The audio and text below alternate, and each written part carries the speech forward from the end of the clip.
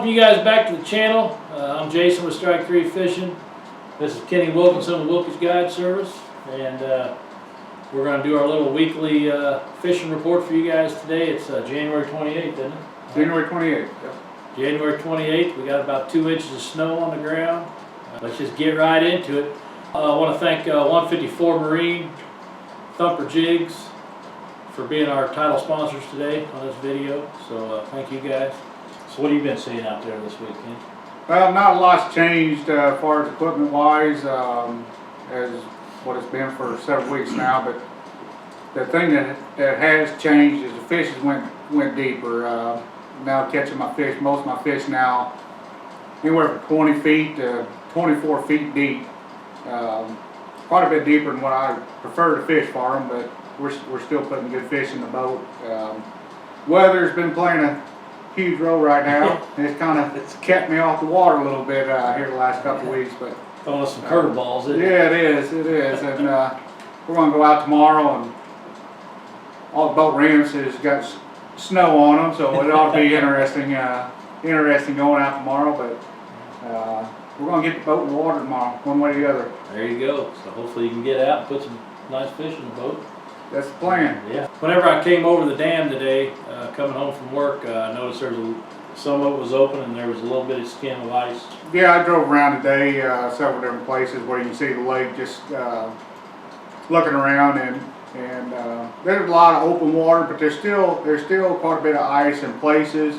Guys, you're going to be out there, be careful. Last Saturday I put in at BB Pigeon Roost and busted ice for, well, I don't know how far it is. It's almost to the main lake, so it was probably close to 3/4 mile, half mile at least. I busted ice. In some places it's 3/4 inches thick. Wow.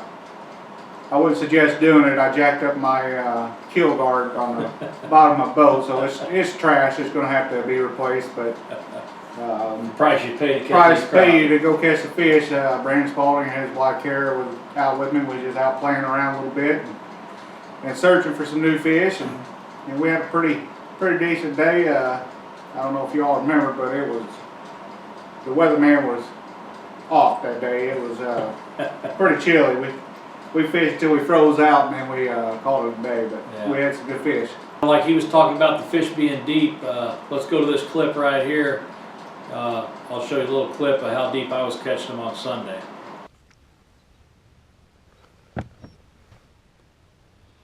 Again, they're, 23, 24 foot deep.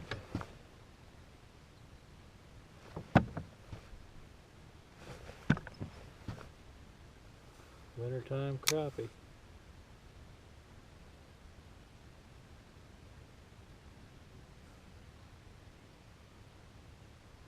There he comes, I got him. Feels like a little better one. Eater. Right. What you was doing, Sonny, is typical where I've been finding them at. Right. And it doesn't seem to matter where you're at on the lake. It seems like that's where they're at right now. Right. Yeah, they're just pretty deep. That was the pizza cooker going off. Sorry about that. We had to cook us a little pizza in my pizza maker over there. So gotta get a little grub in this belly. That's right. Out here in a studio pouch shack out here. So anyway, when I went out Sunday, as you seen in my last video, pretty much like I said, 20 to 25 foot deep. The fish were, they were pretty active. You drop the jig down and get their attention, and they just, you lift the jig up, and they'd follow it up and pop it, and you get them in the boat. But for 30, I had 36-degree water on Sunday. What have you been finding? I've been seeing it anywhere from about 34 to 36. But yeah, the fish are still eating. Yeah. Sometimes you got to search around and find the ones that are a little more active, but they've been going through spurts throughout the day of feeding frenzy. You pull into a spot, and if they ain't biting, just leave it. Come back to it a little later. Sooner or later, them fish are going to eat. Yeah. It's just all about timing right now. Yeah, I've just found a lot of fish that they bit for. I think I caught 6 or 7 off that first spot in that last video, and they kind of quit biting. I went looking around, Caught one more up at another spot, and then couldn't get any of them others to bite there on that tree there, so I left and went back to the first spot and ended up finishing out the day. You know, had my 13. I was a couple short of the limit. I actually caught probably 20 fish, but you know, pretty much using the same song and dance as last time. Was blue and chartreuse muddy water plastic bait here, and with the garlic scent in it, bluegrass color. Well, on the equipment, you know, it's pretty much the same song and dance. Pretty much using this 1/8 ounce Thumper pill head, but it's the new multicolor pill head he's got out. I'm going to show you guys this multicolor pill head right here that he's got. This is actually the white and chartreuse right there, if you can see it. You know, this multicolor pill head he's got out, it's actually got the number 1 hook on it. It's a little smaller hook than the normal ones. I think they're number 1 odd, I believe. 1 odd on the other ones, and this is size 1. So it's a little smaller hook, but you know, it did the trick.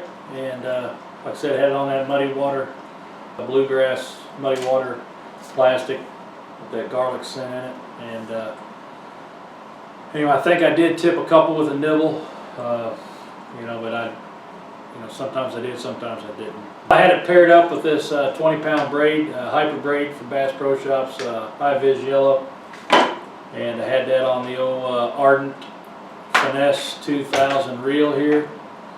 So if you guys are looking for a good crappie reel, you know the spawn's coming up. We're going to be throwing that cork up there on the bank. This is a perfect reel for that. Perfect reel for you know, dipping trees, or you know, whatever you want to do, fishing laydowns, brush piles like we've been doing.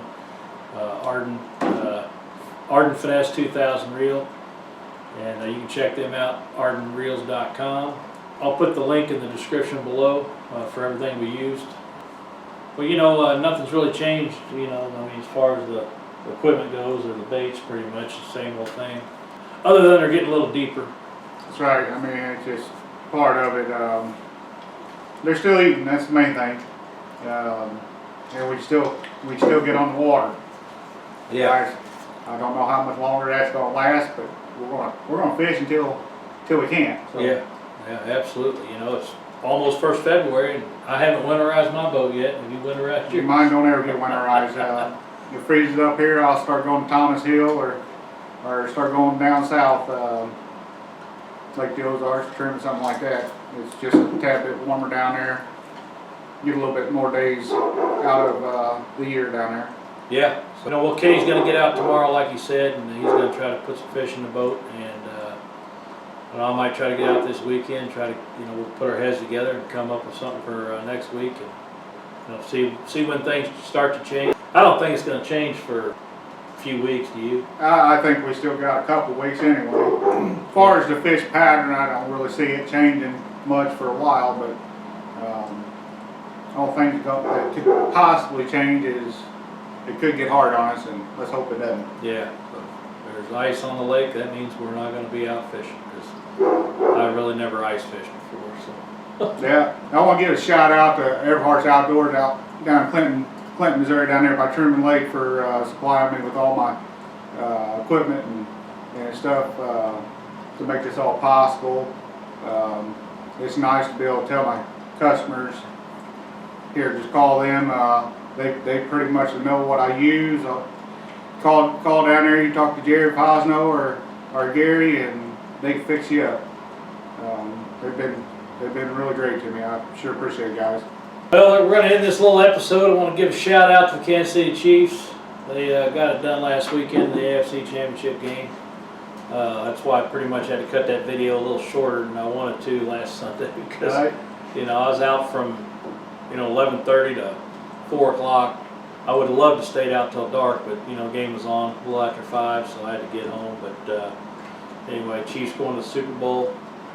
Hope everybody was rooting for the Kansas City Chiefs. So anyway, other than that, Kenny, I don't think we got anything else. No, Wilkins Crappie Guide Sirs wants to thank you, Jason, Strike 3 Fishing, for having me and putting these little videos on. I hope it helps you guys out a little bit and kind of keeps you in the loop of what's going on. Yeah, you know. if you guys got anything you want us to talk about or anything, drop a comment below, and you know, we'll be glad to talk about it. I know if you guys kept up with my YouTube channel, we just hit 1,000 subscribers yesterday, and I've been doing this for, it's been a couple years, and you know, it's a marathon, not a sprint. I appreciate everybody that subscribes and watches these videos, and you know, if you're not a subscriber and you watch these videos, hit that subscribe button. Hit that bell, that way you're going to get notifications when I drop new content, you know, whether it be in here or on the water. And I think everybody really enjoyed that live scope view on the last video. I've got like, it's been out like a day and a half right now, and I've got over 1,000 views on it. So I mean, I'm pretty pumped up about that. Look good. So I think I'm going to try to bring you more of that view. You know, put the GoPro on the live scope screen, you know, that way you can get the full effect of the jig going down, how the fish is going to react to it, and you know, it's a good learning tool for us too, watching this live scope. Right. I believe, you know, you kind of figure out what the fish want, and know what mood they're in. So anyway, thank you guys for watching this video, and we'll see you next week on another crappie report here at Mark Twain Lake. Take care.